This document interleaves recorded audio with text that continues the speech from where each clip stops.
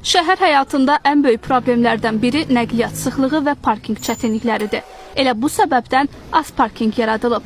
Onlar belə deyir.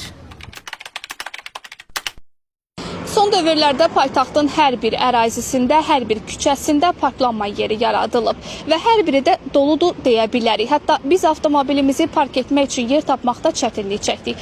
Əslində qiymətlər də o qədər ucuz deyil. Şəhər daxili ərazilərdə parklanmaların 1 saatlıq ödənişi 1 manatdır və bu avtomobillərin gün ərzində burada saatlarla dayandığını da nəzərə alsaq, bu da sözsüz gün ərzində minlərlə manat edir. Bəs maraqlıdır. Bu toplanılan vəsait nə üçün xərclənir?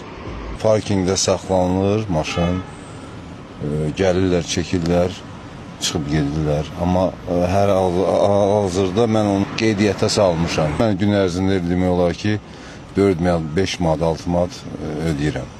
Və yığılan pullar sizcə hara gedir? Yığılan pullar bəllidir hara gedir. Parkinglərdən razısınızmı? Daha razı olmağa deyiləm, amma daha nə almaq olar ki? Gündəlik yəni gəlirimizi ödəmir də parklanma. Gözlə görüləcək bir iş yoxdur ortada. Deməlidirlər ki, biz bu pulu falan yerə verdik, 5 man yerə verdik. Biz də bilək ki, getdiyi yer hansı yerdir, halal xoşun olsun deyə çıxaq geçsin də. Mən bilmirəm hara gedir. Vaxt çəkilir də, ay-ayına xahiş edirəm, bir də görək bizim pul hara gedir. Hər kəsə maraqlı olan suallar Yerüstü Nəqliyyat Agentliyi bu cür aydınlıq gətirdi.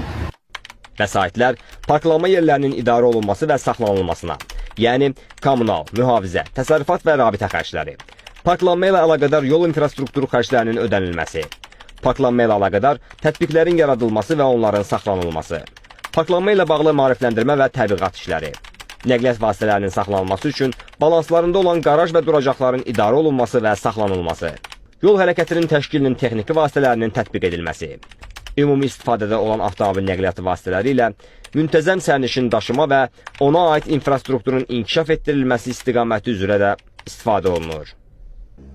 Qısacası, həcm artdıqca nəzarətdə güclənməlidir. Çünki söhbət təkcə dayanacaq haqqından yox, büdcəyə təsir edən ciddi gəlir mənbəyindən gedir.